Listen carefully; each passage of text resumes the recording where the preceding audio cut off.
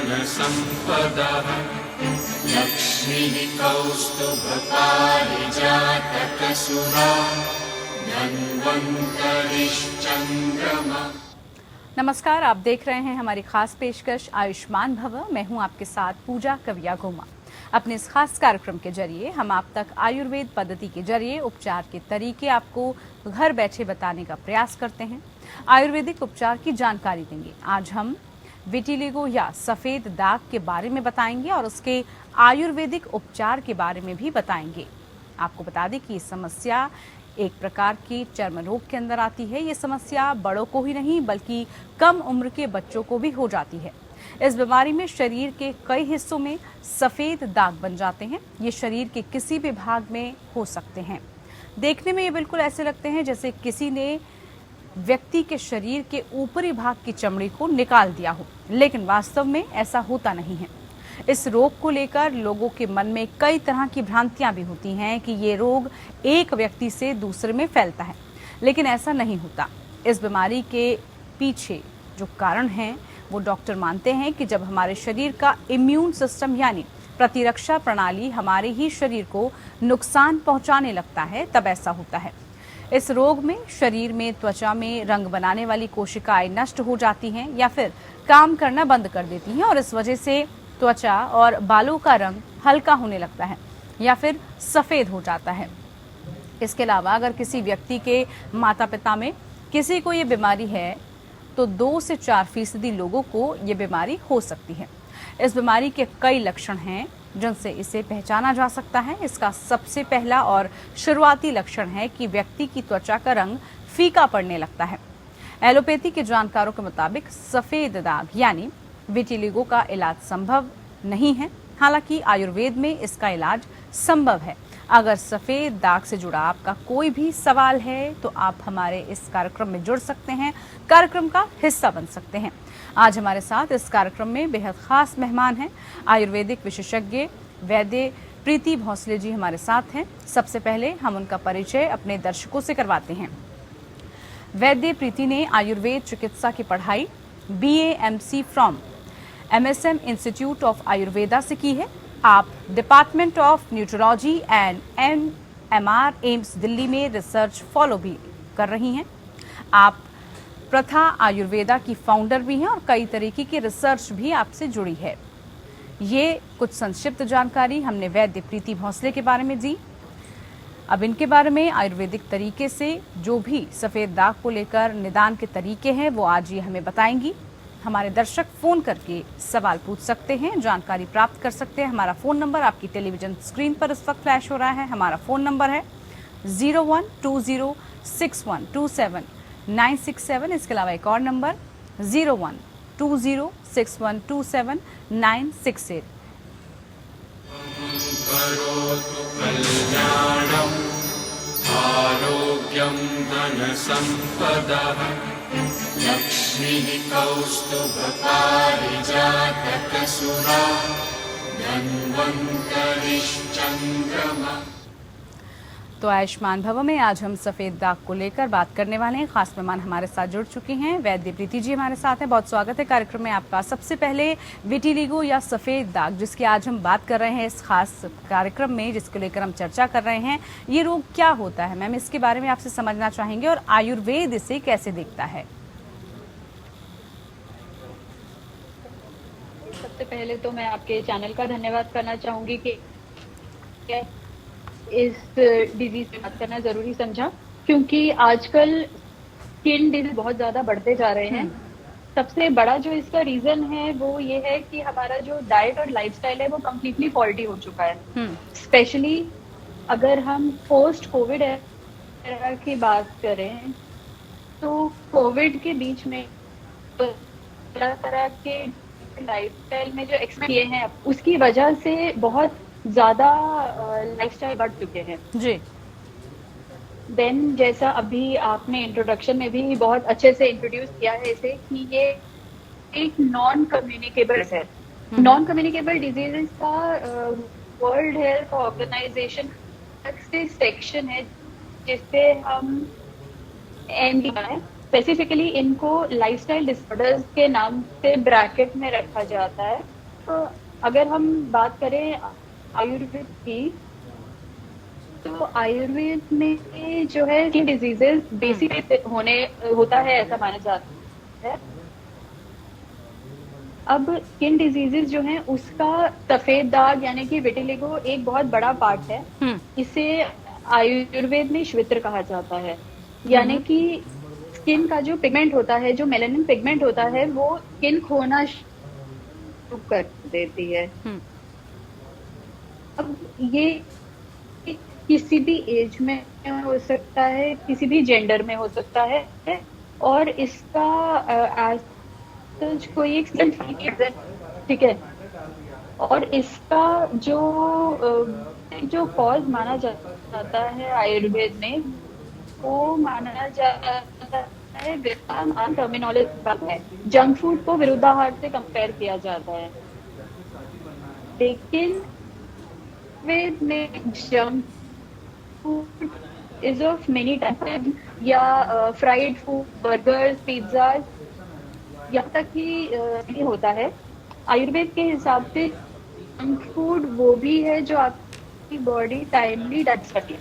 Okay, for example आपका जो digestion है, अगर वो एक पर्टिकुलर सीजन में रहता है, फॉर एग्जाम्पल विंटर्स में डाइजेशन हाई रहता है, अगर हम बहुत टाइम के बाद वैद्य प्रीति जी हमारे साथ लगातार जुड़ी हुई हैं। आपसे अब हम जानना चाहेंगे कि क्या ये अनुवांशिक होता है, क्या अनुवांशिक होने के कारण ये औरों में भी फैलता है, कैसे इसको स्पष्ट किया जाए?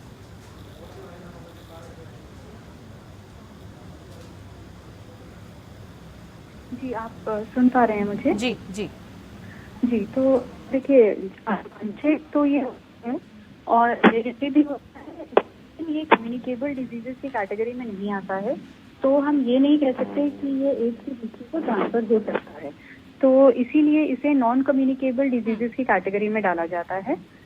लेकिन इससे जो है हेरिडिटरी ये जरूर होता है। फॉर एग्जांपल आपकी फैमिली लाइन में अगर किसी को भी रहा है, या भाई बहन है, कजन्स हैं, वहाँ से ये as hereditary mode family to family ये ट्रांसफर जरूर हो सकता है, लेकिन ये कम्युनिकेबल डिजीज नहीं है। अब विटिलिगो या सफ़ेद दाग के कारण, जैसे आपने भी अभी प्रीति जी बताया कि लाइफस्टाइल इसका बहुत बड़ा कारण है, आजकल जिस तरह का खान पान हम खाते हैं, और क्या कुछ इसके कारण है जिसकी वजह से ये हो पाता है? जी, हम फॉल्टी डाइट और फॉल्टी लाइफस्टाइल की बात करें तो वो अपने आप में एक बहुत बड़ा ब्रैकेट है, लेकिन उसमें कुछ एक की फैक्टर्स ऐसे होते हैं जो इसमें बहुत मेजर रोल प्ले करते हैं। आयुर्वेद के हिसाब से अगर हम बात करें तो विटिलिगो होने का सबसे मेजर जो एक कारण है वो नंबर 1 है विरुद्ध आहार। विरुद्ध आहार का मतलब है वो आहार या वो फूड आइटम्स, वो डाइटरी आइटम्स जो आपस में एक दूसरे के विरुद्ध हैं। फॉर एग्जाम्पल दूध के साथ कोई भी नमक की चीज खाना।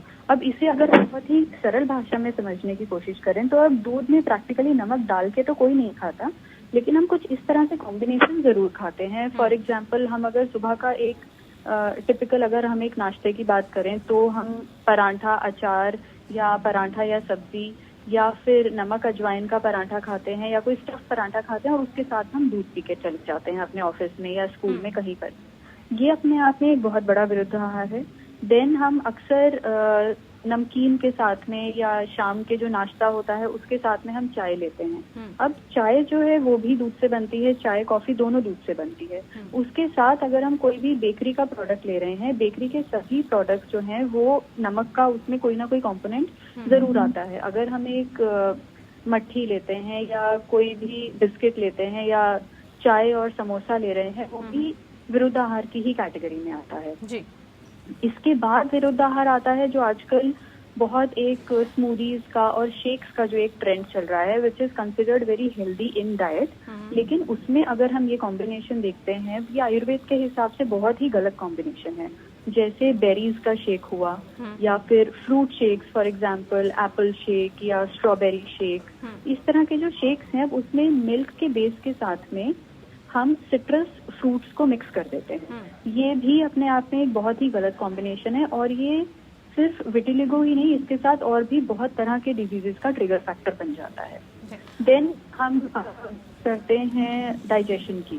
अब हमारा एक रूटीन सेट होता है कि हमने 9 बजे नाश्ता किया, 1 बजे लंच किया और 8 बजे डिनर किया। अब इसमें हम ये फैक्टर भूल जाते हैं कि उस पर्टिकुलर टाइम पे हमारी बॉडी फूड मांग रही है या नहीं। ये भी हो सकता है कि अगर किसी का डाइजेशन स्लो है तो उसका अभी पहले का जो मील उसने लिया है वो डाइजेस्ट नहीं हुआ है और उसके ऊपर से ही हमने और खाना डाल दिया। तो इसका एज अ रिजल्टेंट ये है कि आपकी बॉडी में ऑलरेडी फूड रखा है, वो अभी पचने की स्थिति में आ रहा है या पचने की उसकी पूरी प्रक्रिया चल रही है और उसके ऊपर आपने और खाना डाल दिया। तो इसका रिजल्ट ये होगा कि जो ऑलरेडी एग्जिस्टिंग फूड है वो भी डाइजेस्ट नहीं हुआ और जो आपने और फूड लिया वो भी डाइजेस्ट नहीं होगा, जिसकी वजह से सिर्फ टॉक्सिन्स क्रिएट होंगे। ठीक है प्रीति जी, एक कॉलर हमारे साथ जुड़े हुए हैं, बिलास मुंडे जी महाराष्ट्र से हमारे साथ जुड़े हैं। नमस्कार, पूछिए आपका सवाल क्या है।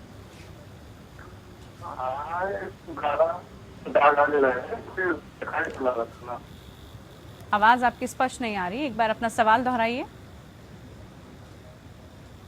चलिए फिर से नेटवर्क क्षेत्र में आकर आप अपना सवाल पूछ सकते हैं। वैद्य प्रीति जी, सफेद दाग के शुरुआती लक्षणों की अगर हम बात करें तो क्या इसके शुरुआती लक्षण हैं जिससे कोई भी समझ सकता है कि अब इसकी चपेट में वो आ रहा है, ताकि समय रहते इसका इलाज भी हो जाए? तो क्या इसके शुरुआती लक्षण हैं? जी देखिए, अब विटिलिगो या श्वित्र जो है ये किसी भी एज में हो सकता है। ऐसा नहीं है कि ये एक पर्टिकुलर एज के बाद ही स्टार्ट होगा, छोटे बच्चों में भी हो सकता है और 60 to 80 प्लस की एज में भी हो सकता है। इसमें सबसे पहले जो एक मेजर साइन होता है वो होता है कि आपकी स्किन में कुछ एक पर्टिकुलर छोटे छोटे स्पॉट्स से बन जाते हैं जिनका कलर आपकी स्किन के जो नॉर्मल कलर है उससे हल्का होने लगता है। सडनली बिल्कुल व्हाइट कलर की स्किन नहीं दिखेगी। ये हो सकता है कि अगर आप थोड़ी सी एक इंडियन ब्राउनिश टोन में है तो छोटा सा एक पिंकिश पैच आपको नजर आने लगेगा जो धीरे धीरे अपने साइज में बढ़ता है। जनरली ये राउंड स्पॉट्स होते हैं जो धीरे धीरे डिस्कॉइड यानी कि एक इररेगुलर शेप लेने लग जाते हैं। ये आपकी बॉडी के किसी भी पार्ट में हो सकता है। जनरली जो सन एक्सपोजर ज्यादा होने की वजह से इस तरह के व्हाइट स्पॉट्स होते हैं वो आपकी नेक रीजन में पहले हो सकते हैं, क्योंकि हम जो पूरा स्किन केयर करते हैं, सनस्क्रीन यूज करते हैं, वो हम अपने फेस पे ज्यादा कंसंट्रेट करते हैं। नेक के पार्ट पे हम इतना कंसंट्रेट नहीं करते हैं और नेक पे specially back of the neck वहाँ पर सन एक्सपोजर ज्यादा रहता है। देन हमारी फिंगर टिप्स पे हो सकता है और ये कुछ एक पर्टिकुलर एरियाज है जहाँ से ये जल्दी स्टार्ट हो जाता है। सिमिलरली बच्चों में भी इसी तरह से बहुत छोटे छोटे माइन्यूट स्पॉट्स होते हैं जो धीरे धीरे फैलने लग जाते हैं। वो इसके एक शुरुआती लक्षण है जहाँ से आपको प्रॉपर डॉक्टर को दिखाकर आपका एक इलाज शुरू करना चाहिए। सबसे पहले मैं एक चीज और बताना चाहूंगी कि ये जो स्पॉट्स हैं ये कई बार फंगल इन्फेक्शन के भी होते हैं। ऐसा जरूरी नहीं है कि एक छोटा सा व्हाइट स्पॉट देखकर आप पैनिक हो जाएं या घबरा जाएं या बहुत ज्यादा स्ट्रेस में चले जाएं। सबसे बेटर ऑप्शन ये रहता है कि अगर आपको किसी से अपनी स्किन में डिस्कलरेशन दिख रही है तो सबसे पहले आप एक क्वालिफाइड डॉक्टर के पास जाएं, एक वैद्य के पास जाएं, उनसे आप ये जानकारी लें और एक ट्रीटमेंट लाइन शुरू करें जिससे वो पहले एक डिफरेंशियल डायग्नोसिस करेंगे कि ये फंगल इन्फेक्शन है या ये विटिलिगो की तरफ जा रहा है। वैद्य प्रीति जी, अब इलाज की बात करें, सबसे महत्वपूर्ण ये हो जाता है क्योंकि अभी भी लोगों में ये इस बात को लेकर असमंजस है कि क्या विटिलिगो यानी कि सफ़ेद दाग का इलाज संभव है, इसका इलाज हो सकता है या फिर इसका इलाज मुमकिन ही नहीं है? जी देखिए, इलाज में बहुत सारे कंपोनेंट्स आते हैं। अब अगर हम इलाज करते हैं तो इलाज सिर्फ दवाइयों से नहीं होता है ना। इलाज में बहुत सारे मल्टीपल कंपोनेंट्स होते हैं। आयुर्वेद का जो इलाज है वो शुरू होता है सबसे पहले आपका डाइजेशन करेक्ट करके, फिर आपका लाइफस्टाइल करेक्ट करके, जिसमें हम आपका पूरा दिनचर्या को करेक्ट करते हैं, यानी कि आपके सुबह उठने से लेकर आपके सोने तक। क्योंकि जो विटिलिगो है, श्वित्र है, ये एक ऑटो इम्यून डिसऑर्डर की कैटेगरी में आता है, तो हमें अपना इम्यून सिस्टम स्ट्रॉन्ग करना बहुत इम्पोर्टेंट हो जाता है। अगर आपकी जो स्लीप है वो स्लीप बहुत ही छोटा सा फैक्टर माना जाता है, लेकिन वो हमारी बॉडी में बहुत मेजर रोल प्ले करता है स्ट्रेस को कम करने के लिए। तो हम ये भी छोटी से छोटी चीज को कंसिडर करते हैं, इसके बारे में भी हम पेशेंट से बात करते हैं। सही बात इसके ट्रीटमेंट की, तो विटिलिगो का ट्रीटमेंट पॉसिबल है और बहुत अच्छे से हो सकता है। थोड़ा सा टाइम लगता है क्योंकि ये डिजीज जनरली पकड़ में तब आता है जब ये जो स्पॉट्स हैं ये काफी फैल चुके होते हैं। उससे पहले जनरली पेशेंट्स भी इतना ध्यान नहीं देते हैं और कई बार ये इग्नोरेंस में भी चला जाता है। तो वो डॉक्टर के पास पेशेंट्स आते तब हैं जब ये थोड़ा सा क्रॉनिक या थोड़ा सा एग्रीवेट हो चुका होता है। तो इसीलिए हमें भी थोड़ा सा टाइम लगता है इसे रिवर्स करने में, लेकिन नेवरदलेस इसको हम बहुत अच्छे से मैनेज भी कर सकते हैं और काफी सारे ऐसे सक्सेसफुल केसेस हैं जिसमें विटिलिगो रिवर्स भी हो जाता है। बिल्कुल प्रीति जी, इसी से जुड़ा हुआ अगला सवाल है, जब हम इसके इलाज की बात कर रहे हैं तो इलाज के दौरान हमें किन बातों का सबसे ज़्यादा ख्याल रखना चाहिए? कौन कौन सी ऐसी महत्वपूर्ण चीज़ें हैं जिसका हम ख्याल रखें ताकि जो इलाज है वो बेहतर तरीके से हो पाए? जी, ये कुछ 3-4 बहुत मेजर फैक्टर्स आते हैं जिससे आपकी स्पीडी रिकवरी में हेल्प होती है और जो आपका ट्रीटमेंट प्रोटोकॉल चल रहा है उसका आपको इफेक्ट बहुत अच्छे से मिलता है। उसमें सबसे की पॉइंट ये है कि आपको आपके डॉक्टर ने, आपके फिजिशियन ने जो भी डूज एंड डोंट्स बताए हैं, यानी कि जो भी आपको करना है और जो नहीं करना है, जो नहीं करने वाले जो पॉइंट्स हैं उन पे आपको बहुत स्ट्रांगली फोकस करना चाहिए। जैसे अगर आपको ये कहा गया है कि आपको सिट्रस यानी कि खट्टा नहीं लेना है, तो आप ये सोचकर नहीं चल सकते कि कभी कभी ले लिया तो क्या हुआ, या आपने कहीं किसी एक इन्फ्लुएंसर के या किसी यूट्यूबर के चैनल में आपने सुना कि एक पर्टिकुलर चीज खाने से ये ठीक हो सकता है या रिवर्स हो सकता है। तो बेटर ऑप्शन ये है कि आप पहले अपने डॉक्टर से कंसल्ट करें, उनसे पूछें कि उनके हिसाब से ये पर्टिकुलर चीज से आपको कितना इफेक्ट मिलेगा। देन आपके लिए स्ट्रेस से बचना बहुत जरूरी है। अब स्ट्रेस का मतलब सिर्फ ये नहीं है कि आपको चिंता नहीं करनी है। चिंता के अलावा और भी सेल्यूलर स्ट्रेस होता है, ऑक्सीडेटिव स्ट्रेस होता है जिससे हमें बचना चाहिए। अब जो हम फॉल्टी फूड लेते हैं, विरुद्ध आहार हुआ या अनडाइजेस्टेड फूड जो हमारी बॉडी में है, वो ऑक्सीडेटिव स्ट्रेस भी कॉज करता है बॉडी में, देन वो सेल्यूलर स्ट्रेस भी कॉज करता है। उसके बाद अगर हम टाइम पे सो नहीं रहे हैं या हम किसी चीज से बहुत ज्यादा डर रहे हैं, घबरा रहे हैं, ये सारी चीजें भी स्ट्रेस फैक्टर को बढ़ाती हैं जो अल्टीमेटली आपके इम्यून सिस्टम पे इफेक्ट करता है। उसके बाद एक बहुत बड़ा फैक्टर ये होता है कि हमें किसी भी चीज का एक्सेस नहीं करना है। अगर आप ट्रीटमेंट ले रहे हैं तो एक ही ट्रीटमेंट प्रोटोकॉल फॉलो कीजिए, बहुत सारी चीजें आपस में मिक्स मत कीजिए। बिल्कुल, बिकॉज आप एक तरफ से सेम कंपोनेंट शायद आप सिंथेटिक मेडिसिन में ले रहे हैं, फिर आप वही सेम कंपोनेंट फाइटो मेडिसिन यानी कि प्लांट बेस्ड मेडिसिन में ले रहे हैं। जैसे कई जगह हम देखते हैं कि एक पेशेंट आयुर्वेदिक मेडिसिन भी ले रहा है, होम्योपैथिक भी ले रहा है, देन कहीं से वो एक नेचुरोपैथिक इलाज भी करा रहा है। तो ये सारी चीजें मल्टीफोल्ड होकर पेशेंट की बॉडी पर लोड बढ़ा देती हैं, तो ये एक्सेस ऑफ ट्रीटमेंट हो जाता है। देन एक ये भी मिथ है जो बहुत बार सामने आता है कि आप जितना बॉडी को डिटॉक्स करेंगे, डिटॉक्सिफाई करते रहेंगे, उतना आपकी बॉडी अच्छी रहेगी। लेकिन आपका डॉक्टर जो आपका आयुर्वेदिक फिजिशियन है वो बेस्ट पर्सन होता है ये जज करने के लिए कि आपकी डिजीज के कौन से स्टेज में आपको डिटॉक्स की जरूरत है। डिटॉक्स भी हम 2-3 तरह से करते हैं। एक होता है हम फूड से डिटॉक्स कर सकते हैं, देन हम उपवास रख के डिटॉक्स करते हैं, देन हम पंचकर्म पे आते हैं। तो ये जो सारे फैक्टर्स हैं डिटॉक्स के, ये भी आपका डॉक्टर ही बेस्ट है जो ये जज करके आपको बता सकता है। तो हमें हियर एंड से पे नहीं आना चाहिए कि हम डेली इंटेस्टाइन को क्लीन करने के लिए हैवी डिटॉक्स वाले कुछ हर्ब्स ले रहे हैं या कुछ फूड्स ऐसे ले रहे हैं। एक्सेसिव डिटॉक्स से भी ये डिजीज ठीक होने के बजाय एग्रीवेट कर सकता है। बिल्कुल। वैद्य प्रीति जी, अब सफ़ेद दाग कितने प्रकार के होते हैं ये भी हम समझना चाहेंगे, किस तरह से इनको विभाजित किया गया है, कितने प्रकार के होते हैं ये? देखिए, इसमें जो है बॉडी के जिस पार्ट में आपको विटिलिगो होता है उसके अकॉर्डिंगली इसका डिवीजन किया है। देन इसमें और भी कई सारे ऐसे फैक्टर्स आ जाते हैं जिसमें एक बहुत मेजर फैक्टर है विटिलिगो का, हेरिडिटरी विटिलिगो होता है। देन ऑटो इम्यून है, कई बार आइट्रोजेनिक कॉजेज हो जाते हैं, यानी कि किसी एक आप कोई एक मेडिसिन ले रहे थे किसी डिजीज को ठीक करने के लिए, बट उस मेडिसिन के कई बार रिएक्शन होने से या एक्सेसिव यूज होने से आपको विटिलिगो हो गया। अब अगर हम बात करें मॉडर्न मेडिसिन की, तो जनरली जो है सेगमेंटल और नॉन सेगमेंटल विटिलिगो कहा जाता है, उसके बारे में भी काफी चर्चा रहती है। सेगमेंटल विटिलिगो वो होता है जो आपके बॉडी के एक ही साइड पे या एक ही एरिया पे रिस्ट्रिक्टेड होता है, जैसे आपके सिर्फ लेफ्ट साइड के फेस पर होगा, राइट पर नहीं होगा, इस तरह से वो सेगमेंटेड हो जाता है। जनरलाइज्ड रहता है जहाँ पर मल्टीपल एरियाज में आपका विटिलिगो जो है वो आपको देखने को मिलता है। ठीक है। ये जनरलाइज्ड विटिलिगो में आ जाता है।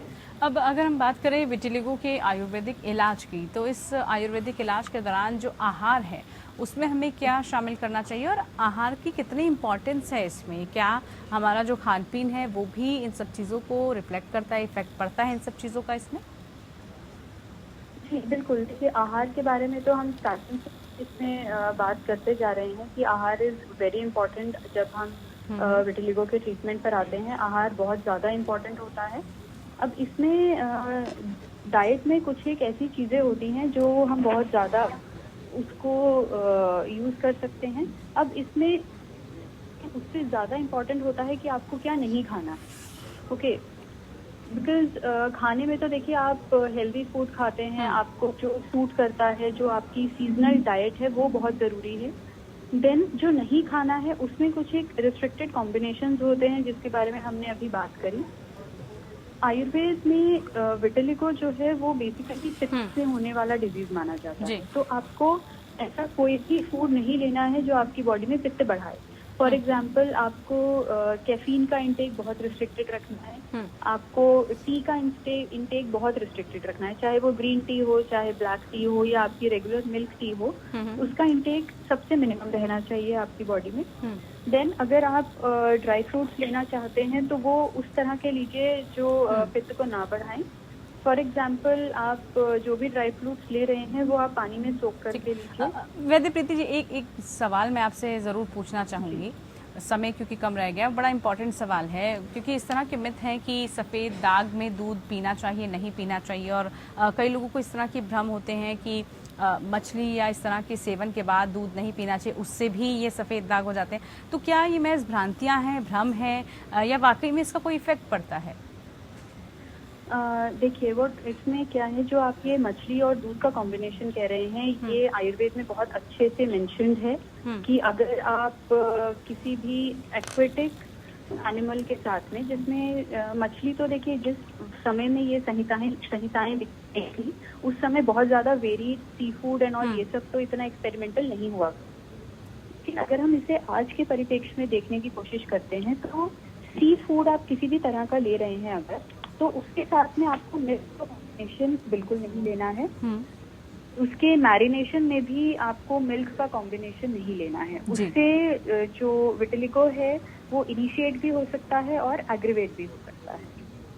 बिल्कुल, बड़ा अहम ये जानकारी थी वैद्य प्रीति जी, आपने जो तमाम जानकारी दी आज इस कार्यक्रम में, बहुत शुक्रिया आपका जुड़ने के लिए। तो सफ़ेद दाग को लेकर जो भी सवाल थे उसके जवाब, और साथ ही साथ इसकी जो समस्या है, इसके कारण है और उसके कैसे निजात और आयुर्वेद में इसका इलाज कैसे संभव है, यही आज के इस खास कार्यक्रम में हमने आपको बताया। फिलहाल के लिए इतना ही, नमस्कार।